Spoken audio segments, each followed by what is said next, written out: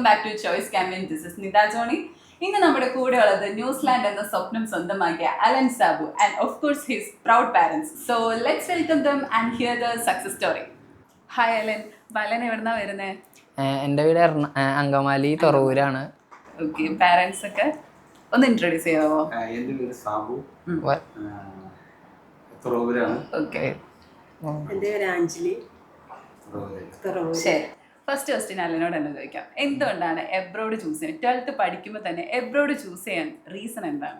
കാരണം ഞാൻ abroad choose ചെയ്യാനുള്ള റീസൺ എന്ന് പറയുന്നത് ഫസ്റ്റ് എൻ്റെ സിസ്റ്ററും കസിൻസും ഫ്രണ്ട്സ് എല്ലാവരും ഇതുപോലെ സിസ്റ്റർ അവിടെ ഉണ്ടല്ലേ? പക്ഷെ വേറെ കൺട്രിയിലാന്നുള്ളൂ. അപ്പോൾ എന്താ കസിൻസും എല്ലാവരും ഇങ്ങനെ +2 കഴിഞ്ഞപ്പോൾ തന്നെയാണ് എബ്രോഡ് പോയിരുന്നത്. പിന്നെ നോക്കുമ്പോൾ ഇവിടുത്തെ ജോലി സാധ്യതയെക്കാളും കൂടുതൽ അവിടെ നമുക്ക് കിട്ടുന്നതായിരിക്കും. പിന്നെ എന്താ ന്യൂസിലൻഡ് വെച്ച് നോക്കുമ്പോൾ കുറച്ചും കൂടിയും സേഫ് ആൻഡ് വെൽക്കമിങ് ആണ്. അത് ഞാൻ ന്യൂസിലൻഡ് ചൂസ് ചെയ്തത്. ന്യൂസിലൻഡ് ചൂസ് ചെയ്യാനായിട്ടുള്ള മെയിൻ റീസൺ അത് തന്നെയാണ്. അതെ. ഇതിനു മുമ്പ് വേറെ ഏതെങ്കിലും കൺട്രി മനസ്സിലുണ്ടായിരുന്നോ? അങ്ങനെ ഓസ്ട്രേലിയ നോക്കിയിരുന്നു. പിന്നെ എന്താ അവിടെ ഇപ്പോൾ വിസ റിജക്ഷൻസ് കൂടുതലായതുകൊണ്ട് പിന്നെ ന്യൂസിലൻഡിൽ എന്താ ചെയ്തത്. PR ഫ്രണ്ട്ലി ആണ്. അതെ. ഓക്കെ, എന്തുകൊണ്ടാണ് ഈ ഏജൻസി ചോയ്സ് ക്യാമ്പയിൻ തന്നെ ചൂസ് ചെയ്യാനായിട്ടുള്ള വേറെ റീസൺ? എന്ന് പറഞ്ഞാൽ ചോയ്സ് ക്യാമ്പയിൻ ചൂസ് ചെയ്യാനുള്ള റീസൺ എന്ന് പറയുന്നത് എന്താ ഞങ്ങൾക്ക് എന്താ മറ്റുള്ള ഏജൻസി വെച്ച് നോക്കുമ്പോൾ ഇവിടെ കുറച്ചും കൂടിയും നല്ല കമ്മ്യൂണിക്കേറ്റീവ് ആയിരുന്നു. പിന്നെ നമുക്ക് എന്താ വിസ പ്രോസസ്സിംഗ് ഒക്കെ ഫാസ്റ്റ് ആയിരുന്നു. അപ്പോൾ എന്താ പിന്നെ എന്താ ഞങ്ങളെ ഇവിടുത്തെ കാര്യങ്ങളൊക്കെ കുറച്ച് പേര് പറഞ്ഞറിഞ്ഞിട്ടുണ്ടായിരുന്നു. അങ്ങനെയാണ് ചോയ്സ് ക്യാമ്പയിൻ ചൂസ് ചെയ്തത്. മറ്റ് ഏജൻസികളുമായിട്ട് കോണ്ടാക്ട് ചെയ്തായിരുന്നു ഇതിനു മുമ്പ്? ഉണ്ടായിരുന്നു. പക്ഷെ അവര് ഇങ്ങനെ ഫോളോ അപ്പ് തരൽ ഭയങ്കര ലാഗായിരുന്നു. അപ്പോൾ പിന്നെ ഫാസ്റ്റ് പ്രോസസ്സിംഗ് ആയിരുന്നു. അല്ലാതെ ഏറ്റവും കൂടുതൽ ഇവിടെ ഗൈഡ് ചെയ്തത് നല്ലൊരു ഗൈഡൻസും സപ്പോർട്ടും ഒക്കെ തന്നൊരു ബെസ്റ്റ് സ്റ്റാഫ് ആരായിരുന്നു? എന്ന് പറഞ്ഞാൽ എനിക്ക് കുറച്ചും കൂടി കംഫർട്ടബിൾ ബെസി മാം ആയിരുന്നു. പുള്ളിക്കാരി എനിക്ക് നല്ല ആ കോളേജിനെ പറ്റിയും എന്താ കോഴ്സിനെ പറ്റിയും നല്ലൊരു ഡീറ്റെയിൽ ആയിട്ട് പറഞ്ഞു തന്നിരുന്നു. അപ്പോൾ എനിക്ക് അത് കുറച്ചും കൂടി ഈസി ആയിരുന്നു എന്താ മറ്റുള്ള ഏജൻസി വെച്ച് കമ്പയർ ചെയ്ത് നോക്കുമ്പോൾ. ആപ്ലിക്കേഷൻ പ്രോസസ്സിംഗ് ഒക്കെ ഒരുപാട് ടൈം എടുത്തായിരുന്നോ? ഇല്ല എന്ന് പറഞ്ഞാൽ ഓഫർ ലെറ്ററും ഒക്കെ 5 ദിവസത്തിനുള്ളിലൊക്കെ വന്നിരുന്നു. അതുകൊണ്ട് ഒരുപാട് ടെൻഷൻ അടിക്കേണ്ടി വന്നില്ല. ഫ്രണ്ട്ലി ആയിരുന്നു അല്ലേ? ഓക്കെ, പാരന്റ്സിന് എന്താ പറയാനുള്ളത്? ആപ്ലിക്കേഷൻ പ്രോസസ്സിംഗ് ഒക്കെ ഇത്രയും ഫാസ്റ്റ് ആവുമെന്ന് വിചാരിച്ചായിരുന്നോ? മറ്റുള്ള ഏജൻസികളിൽ പോയി കണക്ട് ചെയ്തായിരുന്നോ? ഉയർന്ന ITR-ഉം മറ്റു കാര്യങ്ങളും ഒക്കെ വെച്ച് റിജക്ഷൻസിലും അങ്ങനെ ഡിലേ ആയിരുന്നു കാര്യങ്ങൾ. അങ്ങനെയാണ് ഇവിടെ അറിഞ്ഞിട്ട് വന്നിട്ടാണ്. ഇവിടെ എങ്ങനെയാണ് അറിഞ്ഞത്? റെഫറൻസ് വഴിയാണോ? അല്ല, പലരും പറഞ്ഞിട്ടാണ്, പലരുടെ എക്സ്പീരിയൻസ് ഷെയർ ചെയ്ത് വന്നതാണ്. അങ്ങനെയാണ് ലിൻസിനെ ഇവിടെ ചോയ്സ് ക്യാമ്പയിനിൽ കോൺടാക്ട് ചെയ്ത് സംസാരിച്ച്. ഓക്കെ, ഓരോരുത്തരുടെ എക്സ്പീരിയൻസ് റിവ്യൂസ് കേട്ടപ്പോൾ ചോയ്സ് ക്യാമ്പയിൻ മതി എന്ന് ഉറപ്പിച്ചു. അതെ. ഓക്കെ, എനിക്ക് തോന്നുന്നു വിസ ആപ്ലിക്കേഷൻ്റെ ഒരു ടൈമാണ് ഏറ്റവും കൂടുതൽ എല്ലാവരും ഫേസ് ചെയ്യുന്ന ഒരു ചാലഞ്ച്. ആ ഒരു ഇത് നിങ്ങൾ ഫേസ് ചെയ്തായിരുന്നോ? വിസ പ്രോസസ്സിംഗ് ടൈം ഒരുപാട് എടുത്തായിരുന്നോ? ഇല്ല, നമുക്ക് വളരെ സ്മൂത്ത് ആയിട്ടാണ് ITR കാര്യങ്ങളൊക്കെ ഓക്കെ ആയിരുന്നു. ഇവിടെ ITR ഭയങ്കര ബുദ്ധിമുട്ടായിരുന്നു. ITR പ്രോസസ്സിംഗ് ഒക്കെ ബുദ്ധിമുട്ടുണ്ടായിരുന്നില്ല. മാൻഡേറ്ററി ആയിരുന്നു ITR വേണമെന്ന് നിർബന്ധം? ഇല്ല, അതിന് നിർബന്ധം ഉണ്ടായിരുന്നില്ല. മറ്റുള്ള ഏജൻസി വെച്ച് നോക്കുമ്പോൾ ITR-ഉം വിസ പ്രോസസ്സിംഗ് ഫീസും എല്ലാം ഭയങ്കര ടൈറ്റ് ആയിരുന്നു. ഇവിടെ ഭയങ്കര ഫ്രണ്ട്ലി ആയിരുന്നു. മറ്റുള്ള ഏജൻസി പറയുമ്പോൾ അവരെന്താണ് ഈ ITR-നെ കുറിച്ചും വിസ പ്രോസസ്സിങ്ങിനെ കുറിച്ചൊക്കെ എന്താ കൂടുതലും പറഞ്ഞിട്ടുണ്ടായിരുന്നത്? 3 year ITR വേണമായിരുന്നു. 3 years-ന്റെ ITR വേണം. അതിന്റെ രണ്ടുപേരുടെയും എമൗണ്ട് വേണമെന്നുള്ള നിർബന്ധം ഉണ്ടായിരുന്നു. അതൊന്നും വന്നിട്ടില്ല. ഇത്ര എമൗണ്ടും ഉണ്ടായിരുന്നില്ല, ITR-ഉം പ്രശ്നം ഉണ്ടായിരുന്നില്ല അല്ലേ? അതുകൊണ്ട് തന്നെ ഫാദറിന് ഭയങ്കര ഹാപ്പിയാന്ന് തോന്നുന്നു. ഫേസ് കാണുമ്പോൾ തന്നെ ഭയങ്കര റിലാക്സേഷൻ ഉണ്ട്. ഒന്ന് ഹാപ്പി ആയിട്ട് പറഞ്ഞേ. ഇപ്പൊ ഭയങ്കര ഹാപ്പി അല്ലേ? എല്ലാവരും ഇപ്പൊ സ്റ്റുഡൻസിനെ വിടാനായിട്ട് പാരന്റ്സ് ഏറ്റവും കൂടുതൽ ചാലഞ്ച് ചെയ്യുന്ന ഒരു കാര്യമാണ് ഈ ലോൺ പ്രോസസ്സിങ്ങും ITR. അതൊക്കെ ഭയങ്കര തലവേദനയല്ലേ? എനിക്ക് തോന്നുന്നു പപ്പയ്ക്ക് ഭയങ്കര ഫ്രീ അല്ലേ? ഫീൽ ഫ്രീ അല്ലേ? ബാക്കിയുള്ള ഏജൻസി വെച്ച് നോക്കുമ്പോൾ ഇതൊരു ഭയങ്കര സമാധാനമല്ലേ? ലോണിന്റെ കാര്യങ്ങളൊക്കെ എങ്ങനെയായിരുന്നു? ലോണിന്റെ കാര്യങ്ങളൊക്കെ പെട്ടെന്ന് സ്മൂത്ത് ആയിട്ട് തന്നെ നടന്നിരിക്കുകയാണ്. ഓക്കെ, ബാക്കിയുള്ളവരോടൊക്കെ റിവ്യൂ എക്സ്പീരിയൻസ് എടുക്കുമ്പോൾ അവർക്ക് ഇതുപോലൊക്കെ തന്നെയായിരുന്നോ? ഇത്ര എളുപ്പം ഉണ്ടായിരുന്നോ? പല രീതിയായിരുന്നു. പല രീതിയായിരുന്നു. പക്ഷെ വളരെ ഫാസ്റ്റ് ആയിട്ട് തന്നെ അലന് ഇപ്പൊ വിസ കിട്ടിയില്ലേ, അതില് ഹാപ്പി അല്ലേ? ഹാപ്പിയാണ്. അമ്മ ഹാപ്പി അല്ലേ? അമ്മക്ക് വിഷമമുണ്ടോ? വിഷമമുണ്ട്, നല്ല സന്തോഷമുണ്ട്. സാധാരണ കൊറേ ലോങ് ആയി പോവും, പക്ഷെ ഇത് പെട്ടെന്നായത് കൊണ്ട് വിഷമം ഉണ്ടാവില്ലേ? വിഷമമുണ്ട്. അതിപ്പം മോനെ അവന്റെ ഭാവിക്കുള്ള ഒരു ഇതായത് കൊണ്ട് സന്തോഷമുണ്ട്. സന്തോഷമുണ്ട്. ഇതിപ്പോ അധികം ദിവസം ഇല്ലല്ലോ. എന്നാ ടിക്കറ്റ് എടുത്തിരിക്കുന്നത്? 30-ാം തീയതിക്ക് ടിക്കറ്റ് എടുത്തിരിക്കണം. ഓക്കെ. അവിടുത്തെ അക്കോമഡേഷൻ, ഫ്ലൈറ്റ് ടിക്കറ്റ് ഇതൊക്കെ അറേഞ്ച് എല്ലാം റെഡി ആയോ? എന്താ ഫ്ലൈറ്റ് ടിക്കറ്റും അറേഞ്ച് ചെയ്യുന്നു, അക്കോമഡേഷനും ഒക്കെ എന്താ ക്യാമ്പസിൽ നിന്ന് തന്നെ കിട്ടും എന്ന് പറഞ്ഞിരുന്നു. ഇതൊക്കെ റെഡിയാക്കാൻ ഹെൽപ്പ് ചെയ്തത് ആരാണ്? എന്താ അപ്പോൾ ലിൻസൺ ചേട്ടനാണ് അതിനൊക്കെ ഹെൽപ്പ് ചെയ്ത് വെച്ചത്. അപ്പോൾ എന്താ ടിക്കറ്റ് ചെയ്യണതിനും എല്ലാത്തിനും ഹെൽപ്പ് ചെയ്തിരുന്നു. സാധാരണ എല്ലാവരും അക്കോമഡേഷനും ഫ്ലൈറ്റ് ടിക്കറ്റ് ഒക്കെ ടെൻഷൻ ആവാൻ മറ്റൊരു റീസൺ ആണല്ലേ. ഇവിടെ അല്ലെങ്കിൽ ഇത് ഒരുപാട് ഹെൽപ്പ് ചെയ്തില്ലേ? ഇവിടെ എന്ന് പറയുമ്പോൾ പെട്ടെന്ന് എന്താ ഓഫർ ലെറ്റർ ഇതൊക്കെ കഴിഞ്ഞുകൊണ്ട് ഞങ്ങൾക്ക് നേരത്തെ ഇത് ചെയ്യാൻ പറ്റി. അപ്പോൾ അതുകൊണ്ട് ലാസ്റ്റ് നിമിഷം ഒരു എന്താ ധൃതി പോലെ ഉണ്ടായില്ല, ലാഗ് എടുപ്പിച്ചില്ല, ഇല്ല, ഫ്രണ്ട്ലി ആയിരുന്നു, സമാധാനമായിട്ട് പോകാൻ പറ്റി. അതെ. ഓക്കെ. എത്രയൊക്കെ ഫീസാണ്, മൊത്തം എക്സ്പെൻസ് എത്രയൊക്കെ വന്നു? Per yearly 11 lakhs. അതുകൂടാതെ നമുക്ക് സ്കോളർഷിപ്പ് കിട്ടിയില്ല അല്ലേ? ഓക്കെ. സ്കോളർഷിപ്പ് കിട്ടിയപ്പോൾ തന്നെ പകുതി സമാധാനമായി അല്ലേ? ശരിയാണ്. മറ്റെവിടെയെങ്കിലും സ്കോളർഷിപ്പിന്റെ കാര്യം സൂചിപ്പിച്ചായിരുന്നോ? ഇല്ല. എന്ന് പറഞ്ഞാൽ എന്താ ഞങ്ങൾക്ക് ഇപ്പോൾ ഇവിടെ തന്നെ അപ്ലൈ ചെയ്യുമ്പോൾ തന്നെ അവർ നേരത്തെ പറഞ്ഞിരുന്നു സ്കോളർഷിപ്പ് ഇൻക്ലൂഡഡ് ആണെന്ന്. അപ്പോൾ അതൊരു ആശ്വാസമായിരുന്നു.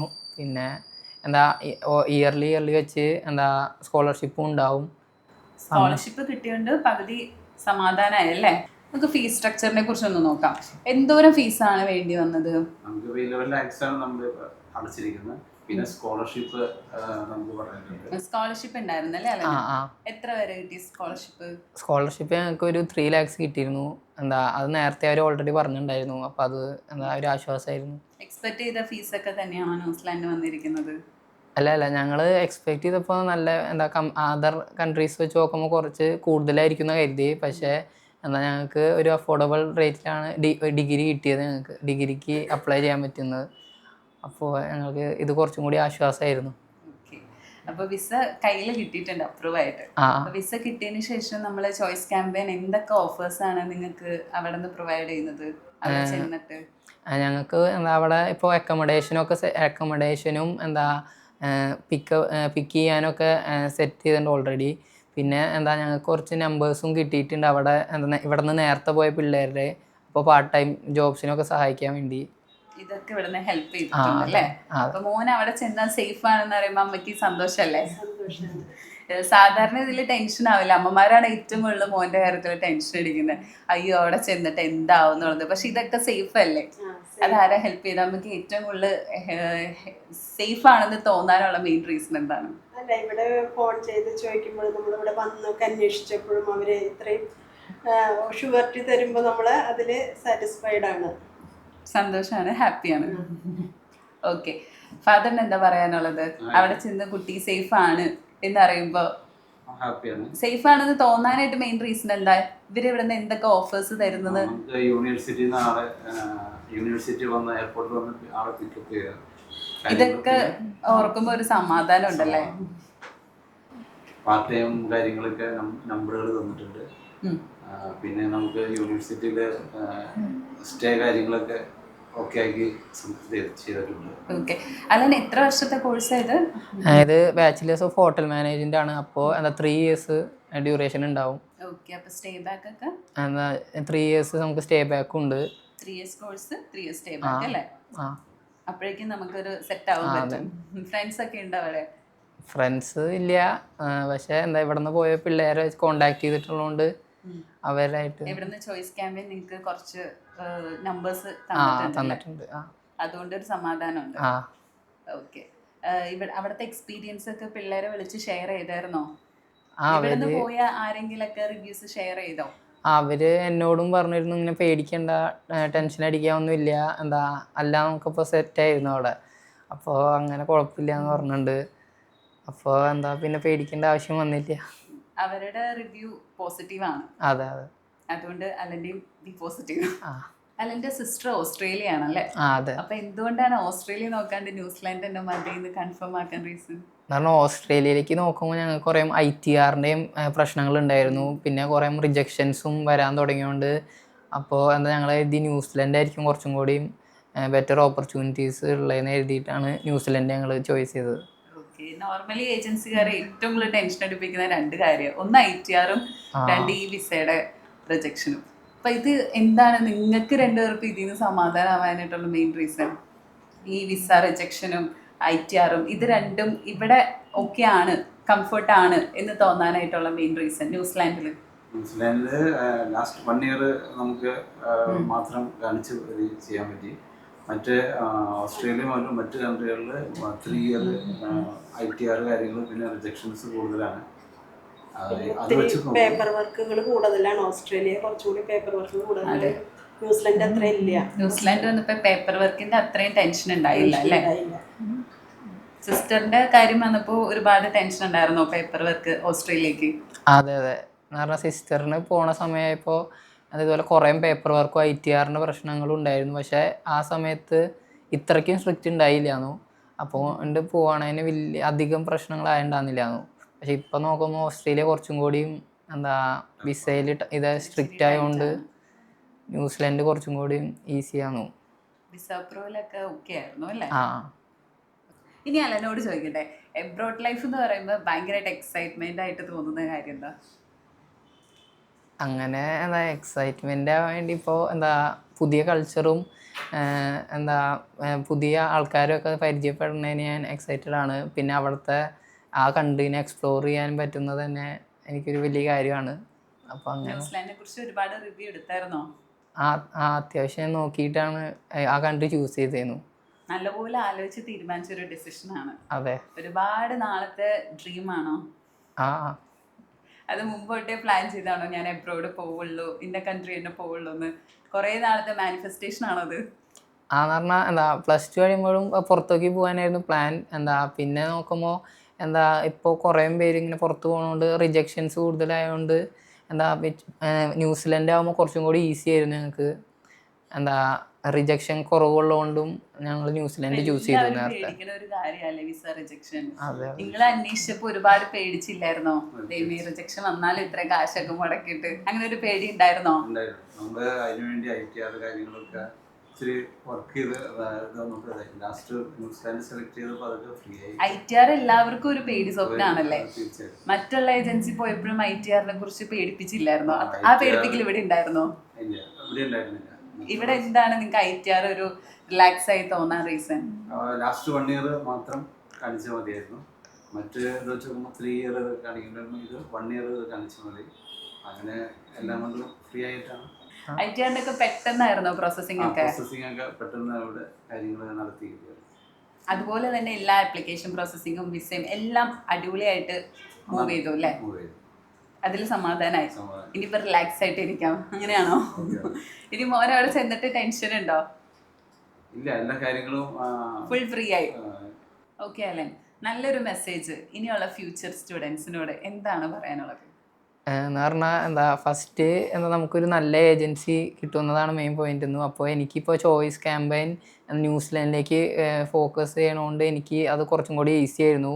ഇവിടെ അങ്കമാലിൽ മറ്റുള്ള ഏജൻസി എന്ന് പറയുമ്പോൾ കുറേ രാജ്യങ്ങളിലേക്ക് ഫോക്കസ് ചെയ്യുന്നതുകൊണ്ട് ഭയങ്കര ലാഗിങ്ങും അൺകംഫർട്ടബിൾ ആയിരുന്നു.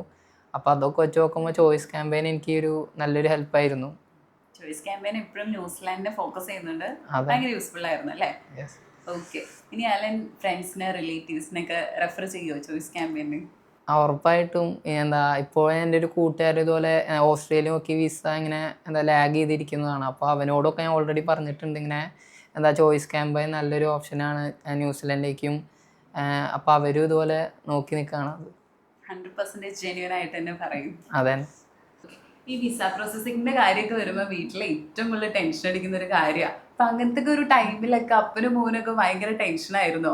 എന്തായിരുന്നു വീട്ടിൽ ആ സമയത്ത് ഒരു ഡിസ്കഷനും ആ ഒരു ടൈം പീരീഡ് ഒന്ന് പറഞ്ഞേ. അങ്ങനെ വലിയ ടെൻഷനൊന്നും ഉണ്ടായിരുന്നില്ല, എല്ലാം സ്മൂത്ത് ആയിട്ടായിരുന്നു നടന്നത്. വിസയുടെ കാര്യത്തിൽ വലിയ ടെൻഷനൊന്നും ഉണ്ടായിരുന്നില്ല. പിന്നെ ഇടയ്ക്കിടയ്ക്ക് ഏജൻസിനെ വിളിച്ച് സംസാരിക്കും കാര്യങ്ങളൊക്കെ ചെയ്തിരുന്നു. ഏജൻസിയുടെ ഭാഗത്തു നിന്നാലും നല്ല പ്രോഗ്രസീവായിട്ടുള്ള റിപ്ലൈകളൊക്കെയാണ് കിട്ടിയിരുന്നത്. അതുകൊണ്ട് അത്ര വലിയ ടെൻഷനൊന്നും ഉണ്ടായിരുന്നില്ല. ചെറിയൊരു ടെൻഷൻ വന്നാലും ഇവര് പ്രോപ്പർ ഗൈഡ് തരുമ്പോ ഒരു സമാധാനം കിട്ടും അല്ലേ? അപ്പന് എന്താ പറയാനുള്ളത്? ഏത് സമയത്തും വിളിച്ച് കാര്യങ്ങൾ അന്വേഷിക്കും. റിപ്ലൈ കിട്ടിയിരുന്നു. ഏത് സമയത്ത് വിളിച്ചാലും ഫോൺ അറ്റൻഡ് ചെയ്ത് ഇന്നായിരുന്നു വിസയുടെ കാര്യങ്ങളൊക്കെ ഫുൾ ടൈം അവൈലബിൾ ആയിരുന്നു. ചെയ്തു നമ്മൾ ഹാപ്പി ആയിരുന്നു. അലനായിരുന്നോ കോണ്ടാക്ട് ചെയ്യുക? അതെ അതെ. അതുകൊണ്ടാണ് ആ സ്റ്റാഫിനോട് ഇത്രയും അടുപ്പം തോന്നിയത്. ആ കംഫർട്ട് ആയിരുന്നു. അതെ അതെ. അതുകൊണ്ട് ഒരു പോസിറ്റീവ് ഫീൽ ഒക്കെ ഇല്ലേ? ആ അതെ. എല്ലാം കഴിഞ്ഞ് ഫൈനലി അലന് വിസയൊക്കെ അപ്രൂവ് ചെയ്ത് സെറ്റായി കിട്ടിയിരിക്കുകയാണ്. ഇനിയിപ്പോൾ പോകാൻ മാത്രം ടിക്കറ്റിൻ്റെ കൂടി ആവശ്യമുള്ളൂ. അമ്മയ്ക്ക് എങ്ങനെയുണ്ട്? ഹാപ്പിയാണ്. ഉള്ളിൻ്റെ ഉള്ളിൽ ചെറിയൊരു വിഷമമുണ്ടോ? ഇത്രയും നാൾ അടുത്തുണ്ടായിരുന്നു, ഇനിയിപ്പോൾ പോകുമ്പോൾ ഒരു വിഷമമുണ്ട്. എന്നാലും അവൻ്റെ ഭാവിക്ക് വേണ്ടിയിട്ട് അതൊരു നമ്മുടെ സങ്കടം മറന്നല്ലേ പറ്റുള്ളൂ. ഇനി അങ്ങോട്ടും പോവാലോ. ന്യൂസിലാൻഡ് അല്ലേ ബെസ്റ്റ് ഓപ്ഷൻ അല്ലേ? അതെ അതെ. മോന് ചൂസ് ചെയ്തത് ബെസ്റ്റ് ആണെന്ന് തോന്നി തുടങ്ങിയോ? അതെ, നല്ല കൺട്രിയാണ്, നല്ല ആളുകളാണ് എന്നാണ് മനസ്സിലാക്കുന്നത്. എനിക്ക് തോന്നുന്നു ഏതൊരു ഏജൻസിനെ അപ്രോച്ച് ചെയ്താലും ഒരുപാട് ഫീസ്, ഒരു ഹ്യൂജ് എമൗണ്ട് ഫീസാണ് പറയുക അല്ലേ? നിങ്ങളും ഒരുപാട് ഏജൻസീനെ അപ്രോച്ച് ചെയ്തപ്പോൾ ഇങ്ങനെയൊക്കെ തന്നെയായിരുന്നില്ലേ? അപ്പം അങ്ങനെ നോക്കുമ്പോൾ ഈ ഏജൻസി എന്തെങ്കിലും നിങ്ങൾക്ക് ഒരു ഹിഡൻ എമൗണ്ട് ഫീസ് എന്തെങ്കിലും ചാർജ് ചെയ്തായിരുന്നോ വിസ പ്രോസസ്സിങ്ങിൻ്റെ ടൈമിലോ ബിഫോർ ഓർ ആഫ്റ്റർ? എപ്പോഴെങ്കിലും നിങ്ങൾക്ക് അങ്ങനെ ഒരു ഫീൽ തോന്നിയിട്ടുണ്ടോ? വേറൊരു എക്സ്ട്രാ ഫീസ് ഒന്നും ഉണ്ടായിട്ടില്ല അല്ലേ? അതുകൊണ്ട് തന്നെ ഓക്കെ. അപ്പോൾ നമ്മുടെ അലൻ്റെ ഈ ഒരു സ്റ്റോറി, അലൻ്റെ ഈ ഒരു സക്സസ് സ്റ്റോറി എല്ലാവർക്കും ഇൻസ്പയറിംഗ് ആവട്ടെ. So thank you so much Alan. Thank you. All the best.